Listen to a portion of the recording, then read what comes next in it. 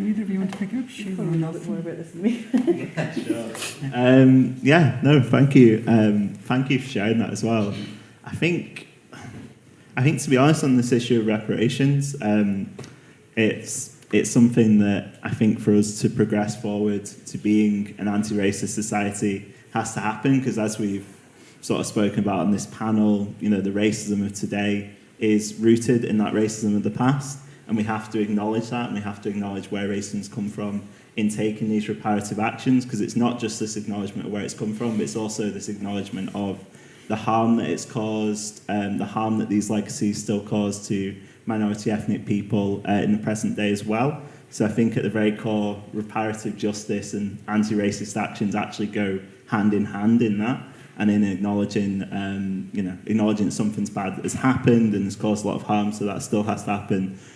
So something has to be done to rectify that in the present day. But I also think with reparations, as we sort of spoke to at the start, what really irritates me, even though it happened centuries ago, is that actually, reparations were paid. They were paid to enslavers. And to me, that shows actually the sort of institutional racism that was present in the UK government at that time, that their priority, or who they saw as suffering the most harm from the end of slavery and who had to be protected, it wasn't about supporting the communities that had been enslaved and cruelly treated for hundreds of years. It was about supporting the people who had made profits off that cruelty.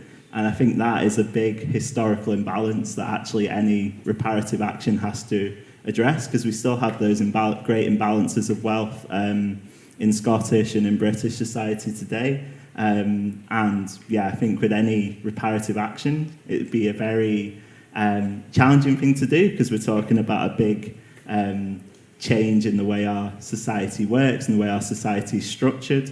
But I think we have to acknowledge the challenge of that, but we also have to acknowledge it as an action that we should be wanting to do because of the history that our nation is complicit in. It's that acknowledgement of we've done something terrible to communities of people over hundreds of years, so we have to do something to start to acknowledge that and also to rectify it as well. Thank you, Nathan.